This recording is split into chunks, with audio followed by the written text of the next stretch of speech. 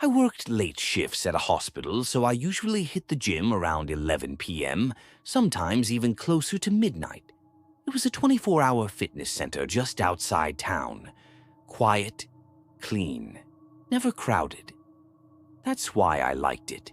But that's also what made it dangerous. It started in January. New year, new fitness goals, all that. For the first few weeks, everything was normal. Same staff, same playlist over the speakers, a handful of regulars. I mostly kept to myself, headphones in, hoodie up, just trying to sweat the stress off. Then this one guy started showing up. He looked out of place, early 40s, balding a little, wearing jeans and a zip-up jacket instead of workout clothes. At first, I figured he was waiting for someone, but he never approached the desk, never touched a machine. Just stood near the back wall, close to the locker room hallway, and watched. The first night, I thought maybe he was a maintenance guy or something. The second night, I noticed he was there again. Same clothes, same spot, just watching. By the third night, I started getting nervous. I asked the front desk operator about him, and he just shrugged, said he hadn't noticed. That night, I worked out faster than usual, constantly glancing at the mirrors to see if he'd moved. He didn't. He stood like a statue, eyes fixed in my direction. I stopped going to the gym for a few days. When I finally went back, I chose a different time, around 9 p.m. But as I walked toward the squat rack, I felt eyes on me again. He was sitting on a bench in the stretching area. Not stretching, not moving, just staring. He had changed clothes this time, gray hoodie, sweatpants, but it was definitely him. That night, when I left, I took a longer route to my car. The parking lot was almost empty, and the security lights flickered as I walked. When I turned the corner near the dumpsters, I heard footsteps behind me. Slow, measured. I spun around. I didn't see anyone, but the footsteps didn't echo like mine. They were heavier, closer. I reported it to the front desk the next morning. They reviewed the security footage and said they didn't see anything out of the ordinary. I asked if the guy who horrified me was a member. The gym manager claimed he wasn't in the system. I felt chills run down my spine. But I took notice. I just had a bad feeling about the way he looked at me. His glare was even worse. A week later, I stayed late at work and showed up at the gym around midnight again. I was stressed, tired, and needed to relax. I told myself I'd just do 20 minutes of cardio and leave. He was already there when I walked in. This time, he was on a treadmill, but it wasn't turned on. He was just standing on it, staring. I left after 5 minutes. My heart was pounding harder than it did on the elliptical. I didn't even bother wiping the machine down, just grabbed my bag and got out. But as I approached my car, I had this unusual feeling of fear mixed with confusion. I developed goosebumps all over my body. I was afraid to look back. Then, when I finally looked back, I saw him, walking slowly along the adjacent footpath in the parking lot. His eyes were focused on me. He was so keen, like he didn't want to lose sight of me. That sent shivers down my spine. I increased my speed a little bit, pretending that I was in a hurry. When I got to my car, I jumped in and locked all doors from inside using my alarm key. And now that I was safe, I just sat there holding the steering wheel, but silent. I was ready to start the car and flee if he approached my car. I think I held my breath for a couple of minutes, but he never got to my car. Nothing seemed unusual in the parking lot. After 15 minutes or so, I started the car and pulled out of the parking lot slowly, All the while, I looked all around. I didn't see him. Where did he go? Was he some kind of a ghost? Those were the two quick questions that crossed my mind when I exited the gym complex. The following morning, I passed by the gym complex, hoping that someone would help me uncover my unusual ordeal. The gym attendant had little to say about the mystery guy, but when looked at the security camera footage, they saw the man taking photos of my car when I left to enter the gym. More footage evidence revealed that his car always followed mine every time I left the gym complex. There was no doubt that he was stalking me. We reported the matter to the police. Also, I decided to change the gym. I chose another gym, this time close to my home. Days went by. I even forgot about the gym stalking incident. It thought it was over. But 2 weeks later, I came face to face with my worst fears. It was around 10:45 p.m. when I arrived home from the gym. I parked my car, grabbed a few job files from the back seat, and locked my car. Even before I took a few steps towards the house, I had a fearful feeling. The same feeling I had in the parking lot. Then, out of nowhere, I saw him. The same guy who stalked me in the other gym 2 weeks ago. I froze. I got confused. I didn't know whether to proceed or go back to the car. For a few seconds, I just stood there. He didn't show any reaction. He was cold, motionless. He just stood close to a tree a few meters from me. I yelled as I sprinted to a neighbor's house, almost 100 meters from my driveway. I burst into their house. I don't remember their reaction or whether they went out to check. All I remember was calling the police almost 20 minutes later. I know it took me longer than usual, but I think I couldn't even speak. Fear had engulfed me. But by the time the police showed up, he had already disappeared. I have not heard anything from the police department yet. I think they are still looking for him. But my life has changed a lot. I live in the fear that he will come back. I feel chills running down my spine every time I remember that horrifying night. I get even more scared when I remember the way he looked at me.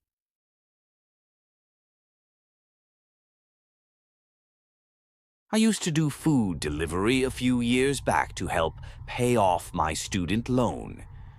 It wasn't the worst job. Flexible hours, decent tips.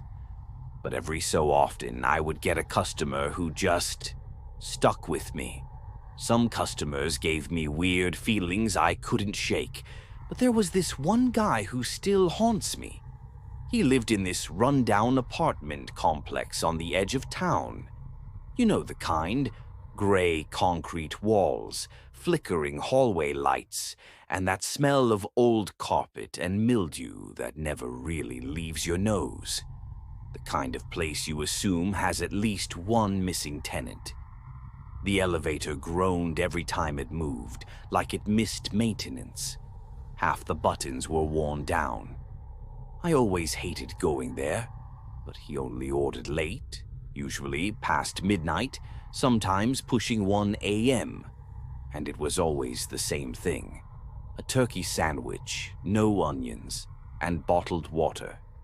The first time I delivered to him, he didn't say a single word.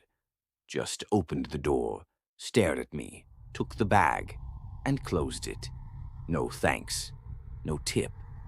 His eyes were washed-out gray, and they had this hollow, sunken look, like he hadn't slept in years. He never blinked. At first, I just brushed it off. Weird customers are part of the job. But after the third or fourth delivery, things started feeling off. I'd drop off his food and walk back to my car. Just as I was opening my door, I'd hear something behind me. A soft thud, like a stairwell door closing. One night, I decided to be a little nosy. I walked away as usual, then doubled back like I'd forgotten something. The hallway was empty. But then I heard this weird breathing. Slow, heavy, like someone had just been holding their breath and let it out. I looked around. There was no one out there. But I thought that was really unusual. From that night on, things got worse. I started seeing him around town. First at a gas station I always went to for late-night coffee runs. He was just standing by the air pump, not even doing anything. I didn't even recognize him right away. He looked different in the daylight. Smaller somehow. Still just as pale. Another time, I saw him in line at a grocery store, one that's 15 minutes from his apartment. I was grabbing a frozen pizza and some snacks after a shift. He wasn't buying anything, just standing there near the pharmacy aisle, pretending to read a bottle of aspirin. I ducked into another aisle and waited 10 minutes before leaving. That's when he started texting me. At first, I thought it was a wrong number. "Why do you always ignore me? Do you even care about my feelings?" I lived alone in a second-floor unit and almost always cracked the window at night. I stopped after that. I didn't tell anyone at first. I didn't want to seem paranoid. But my friend Ashley pushed me to get a dash cam. A few nights later, I dropped off his usual. When I came back to my car, I felt that familiar paranoia, like something was watching me from the building. I tried to shake it, drove off like normal. Later that night, I reviewed the footage. At the 1:03 a.m. timestamp, you can see him. He waits a few seconds after I walk away, then steps out from behind the door. Same ratty jeans and oversized t-shirt. No jacket, even though it was cold enough to see his breath. He just stands there in the middle of the parking lot, watching me pull away. He doesn't move, doesn't even flinch when a car drives past. The worst part? He smiled. Not wide, not crazy looking. Just a slight curl of his lips, like he knew I'd see it later. After that, I couldn't sleep. I'd wake up thinking I heard footsteps outside my window or my phone vibrating with another anonymous message. I started taking longer routes home, circling blocks to make sure I wasn't being followed. One night I caught sight of a car in my rear view that looked a lot like his. Old Honda Civic, dented side door, headlight slightly dimmer than the other. It followed me for a few blocks, turned when I turned, even pulled over when I did. I sat there for 10 minutes in a gas station parking lot, pretending to be on the phone. He never got out. Eventually, he drove off. I never saw the driver clearly, but I didn't need to. I quit food delivery to his apartment. Then I changed my number and deleted all the apps. I was especially excited and comforted when Ashley convinced me to move in with her. For a few months, things were quiet. No texts, no sightings. I let myself believe it was over. But 2 months after the petrol station stalking, I came home from work and saw something that freaked me. Parked across the street from my new apartment was that same Honda. Although it was dark, the dent and the plates were unmistakable. The driver's seat was empty. I hopped into my car and left hurriedly. I went to a colleague's house for the night. Then I called Ashley and told her what happened. She sounded really horrified as well. I filed a police report the next morning, and although he seems to have vanished, I fear that he could still be stalking me.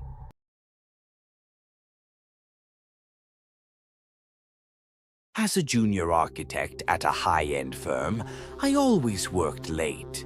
Long hours, tight deadlines, and not enough time to do personal stuff. Our building was downtown, but our parking garage was 2 blocks away, cheap, barely maintained, and mostly underground. It's the kind of place you avoid unless you have to be there. I had to be there. Almost every night. That garage had 3 levels. The lower you parked, the creepier it got. Poor lighting, broken security cameras, echoes that never really faded. At night, the place felt like a tomb. It was a Tuesday. I stayed until around 1:45 a.m. finalizing a project. My head was pounding and I just wanted to get home. When I stepped out into the empty streets and turned the corner toward the garage, I had this bad feeling, like something was off. The gate was open, even though it usually closed at midnight. I figured someone else was working late, maybe a janitor or security. But when I stepped inside, it was dead silent. My footsteps echoed all the way down to the 2nd level. I parked on P3, so I took the stairs. I didn't trust the elevator, especially at night. It always smelled like gasoline and flickered too much. Halfway down the stairwell, I heard something. A second pair of steps mimicking mine. One after the other. I stopped. The sound stopped. I waited a few seconds, then took another step. Nothing. I laughed it off. I figured the concrete just carried sound weird. But when I reached P3, my car wasn't the only one down there anymore. About 20 feet away, near the far exit, was a beat-up black SUV. Engine off, no lights, just sitting there. It wasn't there earlier, I would have noticed. I walked quickly to my car, trying not to look over. I unlocked it, opened the door, and was about to get in when I heard it. A voice. "Leaving already?" I turned. There was a man standing just outside the stairwell door. Mid-30s, tall, wearing jeans and a bomber jacket. His face was shadowed, but I could see his smile. "I've seen you here before," he said. "You always stay late." I didn't answer, just got in and locked the doors. He stepped closer. "You work in the glass building, right? The one with the plants on the 3rd floor." He had details, things you wouldn't notice unless you'd been watching for a while. I started the engine, but I didn't drive off. My hands were shaking too hard. He reached into his pocket. That's when I peeled out of there. Tires screeching. I didn't stop until I hit the freeway. I didn't sleep that night. The next morning, I told building security. They checked the garage footage. Here's the thing. They saw me enter. They saw me walk to my car. But the footage cut out right before the man appeared. Just glitched into blackness for 6 full minutes. Then it cut back in as I was driving off. That's not even the worst part.